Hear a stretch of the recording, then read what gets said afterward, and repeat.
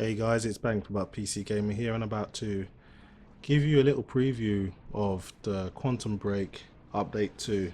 Now this update is 27 gigabytes large. That's a staggering amount of files to download for an already large game, so make sure you definitely have enough space on your installation path or installation directory.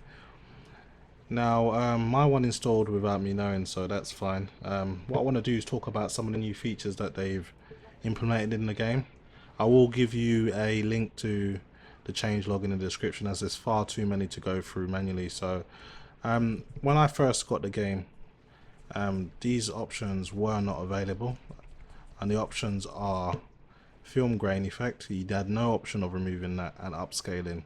The game natively runs at 720p and then is upscaled to the resolution of choice, which obviously doesn't provide the same quality as if it was natively at the resolution of choice. So it's good that they have implemented those changes as we did request those. So I'm going to quickly go through just running around this little area here, just to give you an idea of what performance would be like at 1080p at maximum settings for how the game launched, and then I'll disable upscaling and I'll also disable film grain effect and do the same again, and we can observe the performance. So right now the game is running between 60 and 50 frames per second. Now I am using an overclocked GTX 980Ti. I've got a dual monitor setup running at the moment, so I'm actually looking at my core clock and I'm using a core clock of 1442 megahertz and a memory clock of 1951 megahertz.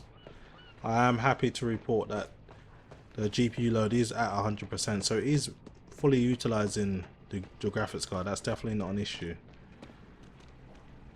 So as you can see, we're hovering between 50 and 60 frames per second, which is obviously playable, but it's not the greatest for the kind of hardware I'm running. I should definitely be getting more than that.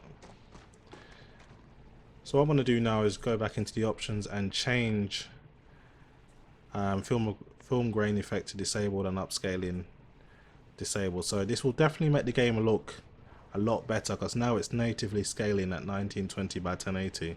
The game looks visibly better. That's definitely without question. But as you can see, the performance here is absolutely crazy. I mean, we went from 50 to 60 frames per second all the way down to 30, and this is the kind of performance you'd expect if you were playing at 4K. So I'm going to run around again. And I like this area because it's outside. You do have light shafts, and you can definitely get yourself exposed to global illumination. So pretty much all the effects of the game are being utilized in this small area of the game, and it pains me to say, but at 1920 by 1080, if you want to play this game at ultra settings without upscaling, you can forget about 60 frames per second. That is completely out of the question. So what can we do to try and improve that frame rate? Well, as much as it pains me, we can try dropping down all settings down to high and seeing if that helps in any way, and we can try disabling anti-aliasing as well. So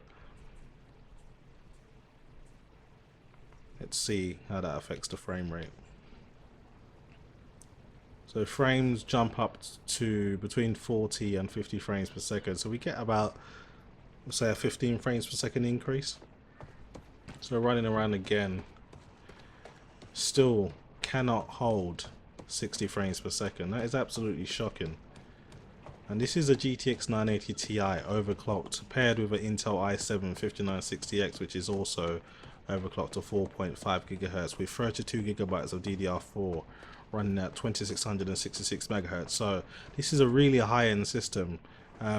Pretty much ain't gonna get too much better than this unless you've got an overclocked Fury X or a Titan X, and basically the majority of us PC gamers don't have systems like the one I'm using. So if I'm getting this kind of performance, I'd hate to see what people with lower end systems are getting. So I'm intrigued to see what I have to do to maintain a 60 frames per second frame rate. So I'm going to drop down to medium, and that's about as low as I'm willing to go with the hardware I'm running. If I have to go to low settings, I'm just not interested in playing the game, just to put it bluntly. So dropping settings down to medium still looks pretty good, especially when you have upscaling enabled, because it looks a hell of a lot better than running it at native 720p. We now are in the 70 to 60 frames per second range, which is good to see.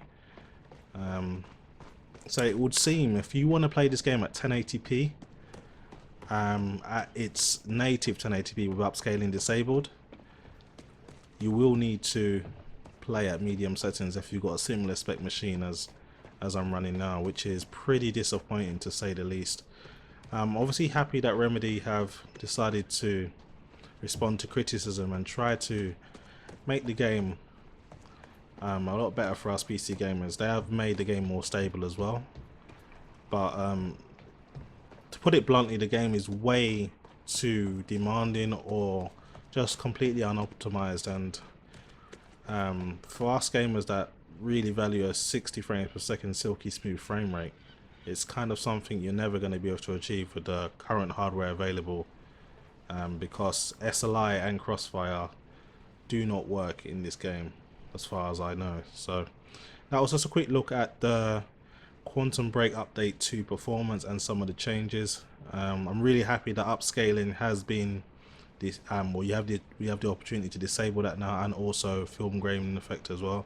The game looks a lot better for it, but the performance hit is quite substantial, so just bear that in mind.